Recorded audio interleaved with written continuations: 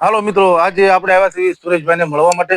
ઠેઠ મવાની બાજુમાં તેરેડી ગામના આંગણે એક સુરેશભાઈનું ફાર્મ આવેલું છે અને હું અને અનિલભાઈ ચૌહાણ સાથે જ્યારે સુરેશભાઈને મળવા માટે આવ્યા છીએ અને સુરેશભાઈને ખૂબ સરસ ફાર્મ છે, ખૂબ સરસ વાડીની અંદર રહેશે.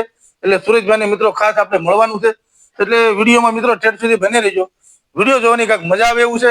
એટલે અનિલભાઈ ચૌહાણ, સંતોષભાઈ વાઘેલા બ્લોક, અને તમે તો બધા મને ઓળખતા છો મિત્રો, કારણ કે તમે મને ખૂબ સપોર્ટ આપ્યો છે અને ખૂબ પ્રેમ કરો છો. એટલે મિત્રો ખાસ આ સુરેશભાઈને મળવા માટે આવ્યો છું. એટલે વિડીયોમાં ખાસ મિત્રો બને રહેજો. સુરેશભાઈને મળાવીશ અને સુરેશભાઈને આ વિડીયોની અંદર દેખાડીશ તમને. અને સુરેશભાઈનું ફાર્મ છે, એ ફાર્મ પણ તમને મિત્રો દેખાડો. તો ચાલો મિત્ર, આજે સુરેશભાઈને મળ્યા, ખૂબ આનંદ થયો છે. તો આજે રાત રોકાણા ને આજે પાછો 10:30-11 થયા છે. તો આજે અમે ઘરે જવા નીકળ્યા છીએ. તો સુરેશભાઈને કહી કે સારા રીતે અમને રજા આપે, એમને નાળિયેર પાણી પાઈને ખૂબ આનંદ થયો છે. હાલો મિત્રો, કેમ છો? મજામાં? તમે પણ મજામાં હોય તો હું પણ મિત્રો મજામાં છું. આજે સુરેશભાઈને મળવા માટે ખાસ આપણે આવ્યા હતા. એટલે સુરેશભાઈના ફાર્મની અંદર આપણે રખડ્યા. સુરેશભાઈના ઘરે આપણે રાત પણ રોકાણા થઈ મિત્રો, અને સુરેશભાઈને મળીને આપણે ખૂબ આનંદ થયો છે મારા વાલા. એટલે સુરેશભાઈ એક મળવા લાયક માણસ છે અને લાગણીની હારે બંધાયેલા માણસ છે, ખૂબ પ્રેમ ભાવવાળા માણસ છે. અને સુરેશભાઈ મળવા જેવા માણસ છે. એક વખત મળો તો તમને આનંદ થાય એવા માણસ છે. એટલે ખાસ મારું અમરેલી જિલ્લો લાઠી તાલુકાનું દામનગર ગામ આવેલું છે.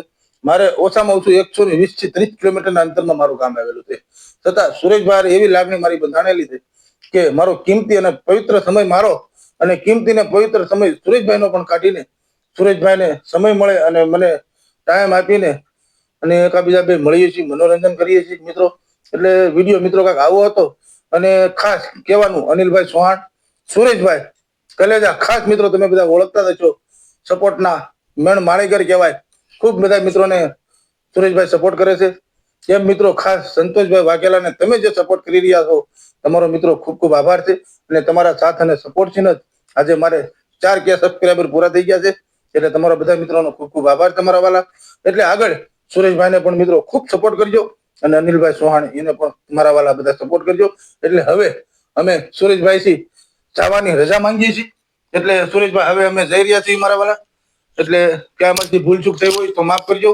અને ફરી વખત દામનગર આંગણે મારા વાલા ભૂલા પડજો. તમારી મહેમાનગતિ અમને માણવાનો ખૂબ આનંદ છે મારા વાલા. ચોક્કસ 100% હું આવીશ. ઓકે સુરેશભાઈ. હાલો સુરેશભાઈ, જય માતાજી. સંતોષભાઈ વાઘેલાના. ચાલો સુરેશભાઈ, અમે હવે રજા લઈએ છીએ. તો શિહોર બાજુ આવો તો ટાણા વરલ આવજો. ના રોડ ની કાંઠે જ રહું છું. તમને એડ્રેસ પણ આપું છું કે ટાણાની ને બોડી ની વચ્ચે નાયરો પેટ્રોલ પંપ છે, એક્ઝેસી એમની સામે મારી વાડી છે. તો ના કોઈનો મકાન પણ નથી, મારું એકનું જ મકાન છે. તો રોડ ઉપર આવીને રિંગ કરજો, પણ રોડ કાંઠે જ છે. તો ચાલો સુરેશભાઈ, હવે રજા લઈએ. હવે ચોક્કસ મારા બધા ચાલો તમે રજા. હાલો મિત્રો. હા, વાંધો પડે.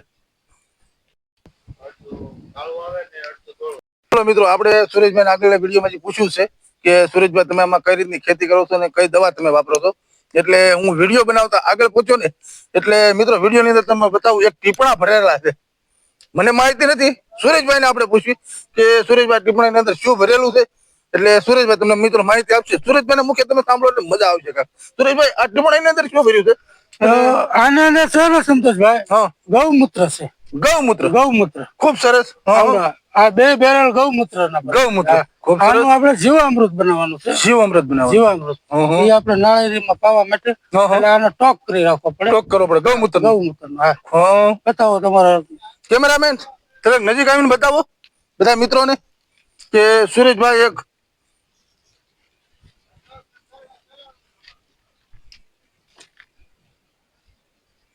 આ છે ગૌમૂત્ર.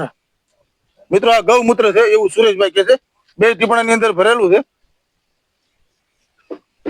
સુરેશભાઈ, આગળના ટીપણા તો તમે અમને બતાવ્યા કે એની અંદર ગૌમૂત્ર છે. તો અહીંયા તો અઢળક ટીપણા પડ્યા છે. આ છે જીવામૃત. જીવામૃત. હા, જીવામૃત. તો આનું ઉત્પાદન કઈ રીતનું કરવાનું સુરેશભાઈ? આનું ઉત્પાદન માં આપણે 10 કિલો છાણ લેવું પડે. 10 કિલો છાણ લેવું પડે ગૌનું. પછી ગૌમૂત્ર 8 લીટર નાખવું પડે. 8 લીટર ગૌમૂત્ર નાખવું પડે. 1 કિલો દેશી ગોળ જોઈએ. 1 કિલો દેશી ગોળ જોઈએ. 1 કિલો ચણાનો લોટ જોઈએ. 1 કિલો ચણાનો લોટ જોઈએ. અને 1 ખોબો રાપડે ને ધૂળ જોવે. એક ખોબો રાપડાની ધૂળ હા. જોઈએ. હા, હા. પછી એ બધી વસ્તુ એની અંદર નાખી દેવાની હા, હા.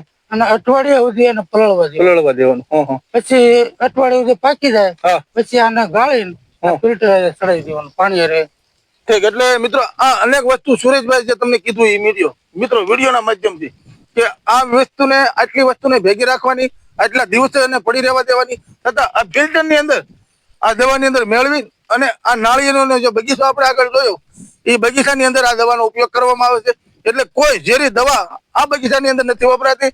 એટલે આ બગીચાના અંદર નાળિયેર ખૂબ સરસ નાળિયેર છે મારા મિત્રો. અને આમાં છે આપણે ડીકમ્પોઝ બેક્ટેરિયા. હાલો મિત્રો બતાવું તમને ડીકમ્પોઝ મારા. આમાં ખાલી ગોળ જ નાખવામાં આવે છે, બીજું કઈ નથી આવતું આમાં. આ ડીકમ્પોઝ છે, આથી આપણે બેક્ટેરિયા પેદા થાય છે.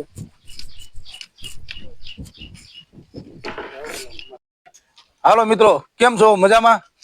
મિત્રો આ એક સુરેશભાઈના ફાર્મની આંગણે ખૂબ મજા આવે એવું છે અને આનંદ કરાય એવું છે. એટલે મિત્રો જો હું અહીં બેઠો છું, તમને મિત્રો જો વિડીયો સારો લાગે તો વિડીયોને લાઈક, શેર અને સબસ્ક્રાઈબ જરૂર કરજો. એટલે મિત્રો આ બધી એક હરિયાળી અને વાતાવરણ છે અને ખૂબ મજા આવે એવું છે. અનિલભાઈ ચૌહાણ આપણી સાથે છે. અનિલભાઈ, શું કેવું છે તમારે સુરેશભાઈને મળીને? સુરેશભાઈને મળ્યા પછી તો ખૂબ આનંદ થયો છે વાલા. તો સુરેશભાઈના ફાર્મ હાઉસમાં ઉભા છીએ. તો ફાર્મ હાઉસ પણ અમને દેખાડ્યું છે તો પણ ખૂબ સરસ છે. તો સુરેશભાઈ એવા મળવા લાયક માણસ છે. તો અવશ્ય ક્યારેક મુલાકાત કરજો સુરેશભાઈની.